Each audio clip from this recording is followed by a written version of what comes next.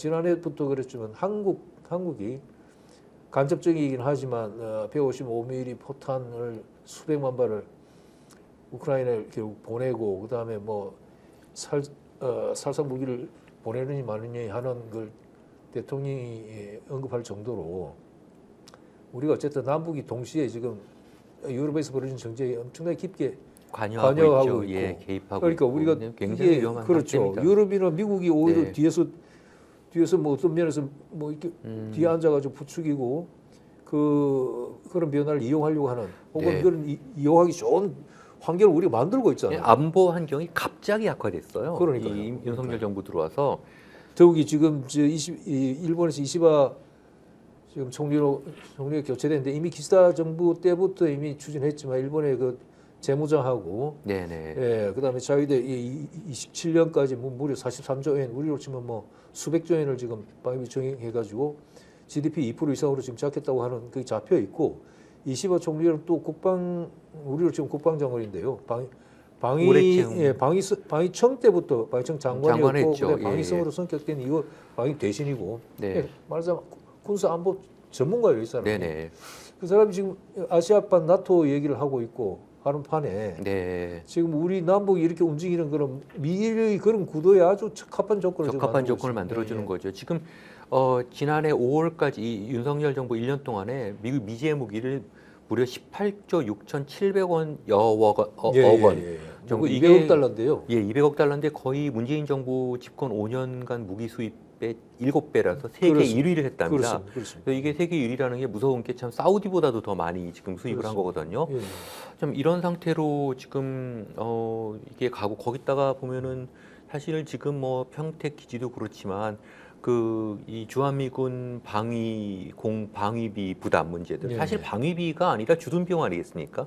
주둔 비용에 대한 부담 문제들도 큰데 이건 뭐 거의 현금 인출기가 된 게 아닌지 그냥 누르면 그냥 한국에 돈 나오는 그렇습니다. 정도로. 현금 인출기란 말은 뭐 우리가 만든 게 아니고 공식적으로 그렇습니까? 트럼프 후보가 예. 유세 과정에서 공식적으로 얘기를 한 거니까요. 예.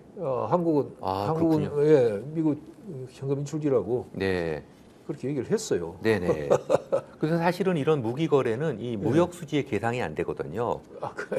무역 수지 계상이 안 돼 갖고 2014년인가 그때도 우리가 세계 1위를 했는데. 그러니까 우리가 1위에서 3위까지 왔다 갔다 했죠. 네네. 항상 세계 탑입니다. 예. 몇 개 국가 말이 있잖아요. 사우디죠. 저 5.1달러 그렇죠. 국가인데 참 이게 결국은 이 퍼즐이 맞춰지는 것 같아요. 큰 그림이.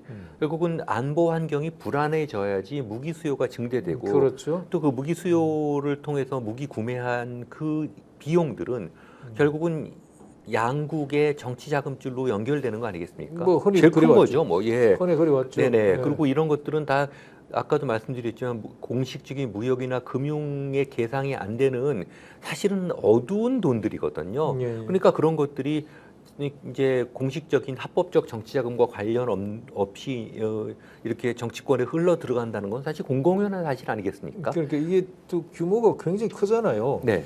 18조가 넘으면 뭐 200달러. 200억 달러. 200억 달러면 우리가 최근에 한국 방산도 엄청나게 승승장구한다면서 뭐 하나하고 뭐 LG하고 해가지고 이게 막 그 방위 산업에서 중국을 능하니 추월하니 많이 하면서 굉장히 성과로 이렇게 막 자화자찬을 했었는데 그 금액이 그게 23년인가 22년도가 177억 달러인가 그럴 거예요 아마. 그렇다면 그렇게 해서 많이 성과를 올리고 막 수출 엄청 했다고 그러는데 폴란드를 통해서 그 모든 돈을 다 합친 것보다도 우리가 훨씬 큰 거죠. 우리가 그 1년 동안에 한 번에 다 사버린 거예요. 근데 이게 처음이 아니고 그동안에도 쭉 그랬어요.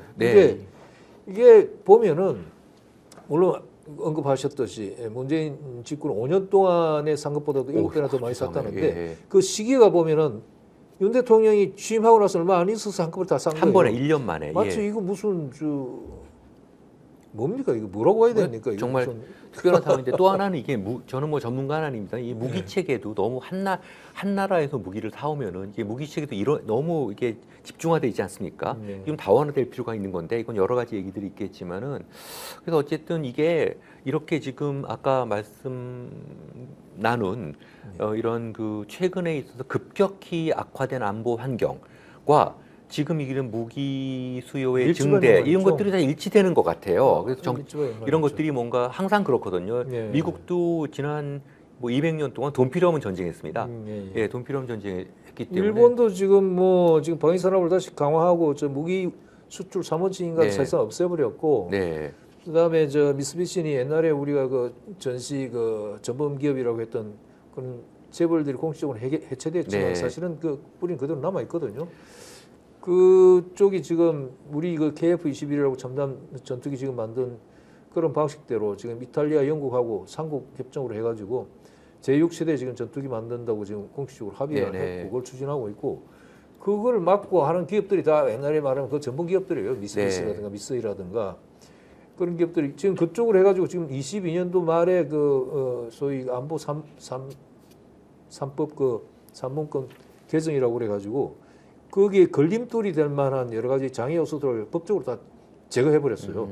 그래서 공식적으로는 일본은 자기 능력만 있으면, 한국이 지금 그들 입장에서 볼 때는 굉장히 방위 산업에서 성과를 올리고 있는 이걸 자기들이 어떻게 보면 뺏어가고 싶어 하거든요. 네. 지금 당장은 안 될 거예요. 왜냐하면 그동안에 일본은 자위대 쪽에만 무기를 공급해왔고 네. 무기 자체가 기술적으로나 양적으로 지금 네. 경쟁력이 없어요. 경쟁력 한국이 흔히 훨씬 뭐, 큰데. 예. 예.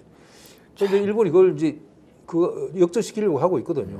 그래서 지금 우리 정부가 지금 나가고 있는 방식은 그게 이제 그걸 해주는 거죠. 네. 순풍이 돋달게 해주는 거죠. 맞습니다. 그리고 지금 대충 CIA 통계도 그렇고 통계마다 좀 다르긴 하지만 북한의 GDP를 한 400억에서 500억 달러 정도로 보고 있거든요. 예. 근데 우리가 미국에서 수입하는 무기만 1년에 지금 200억 달러라면은 북한 입장에서 얼마나 그게 위협이겠습니까? 그렇죠. 위협을 받으면 그만큼 그 반응이 그렇죠. 굉장히 극단적이고 신경질적으로 나올 수밖에 없거든요. 아니 북한이 지금 핵무기 개발에 집착하는 네. 가장 큰 이유가 뭐죠?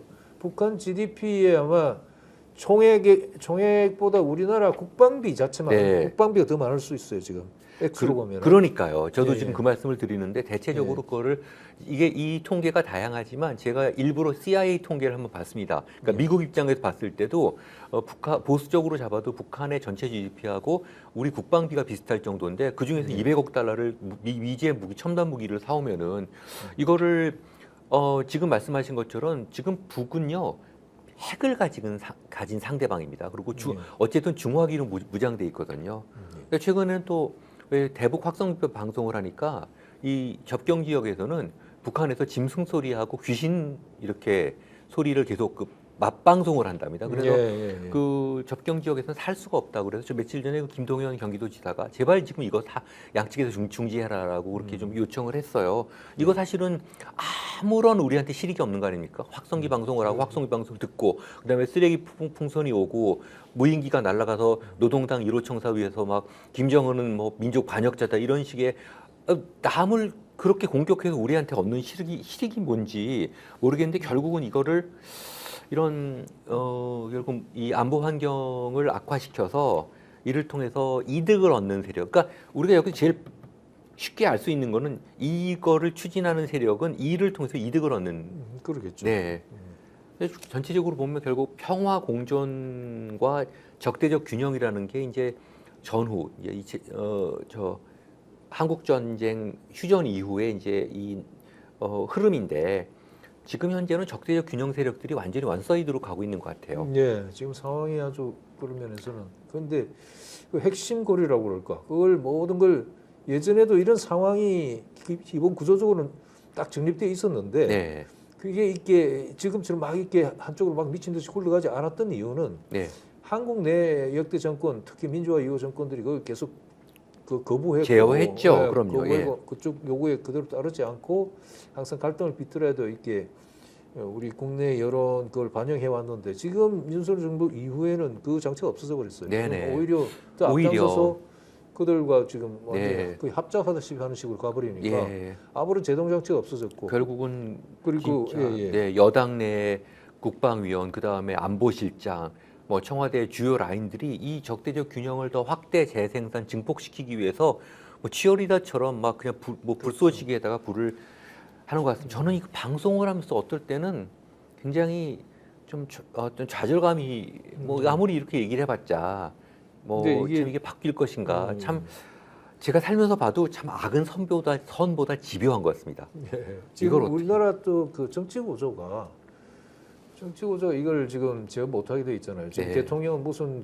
자기 정권에 마이너스가 될 만한 요소가 있으면 무조건 거부권을 다 행사해서 모든 법률을 통과시키지 못하게 해버리니까. 네. 그리고 그렇다고 해서 여야 정치권 사이에 무슨 대화가 있거나 뭐 협의가 있는 것도 아니고 완전히 거의 단절돼가지고 적대적으로 대립만 하고 있는 상황에서 말하자면 이게 어떤 이런 굉장히 중요한 사안이잖아요. 국가 진로 네네. 문제나 특히 군사 안보 문제 안보 같은 문제는 경우에는 뭐 충분히 국민적 죽고 사는 문제 여론을 아닙니까? 반영시켜야 하고 국회에서 논의가 되고 그래가지고 가능한 한 다수의 합의를 통해서 이렇게 그 절차를 거쳐야 되는데 지금 이런 중요한 그 일들이 아무런 그 국민적 합의나 합의 없이 혹은 국회 차원의 논의도 논의도 없이 없이 일방적으로 흘러가거든요. 갑자기 휴대폰 네. 문자 메시지로 저렇게 일방적으로 극단적인 흘러가고 얘기들이 나오고 견제 장치가 없어요. 근데 네. 오히려 그러니까 우리나라 위정자들 특히 이 군사 안보 정책을 집행하거나 위반하는 이 자들은 고위 관리들이나 담당자들은 보면은 우리 국민과 대화하고 우리 국민과 상의해서 그걸 결정하는 것이 아니라 미국, 일본 그것도 미국, 일본이 매파들하고 지금 상의해가지고 네. 일방적으로 지금 굴러가고 있단 말이에요. 아무런 견제 장치도 없이. 그러니까 더 위험한 거죠 지금. 스픽스는 말하는 언론입니다. 내세는 유튜브, 그중에서 스픽스. 좋아요, 댓글, 구독, 알림 설정. 여러분이 저희를 사랑해 주시고 우리가 여러분을 사랑하는 4가지 방법입니다.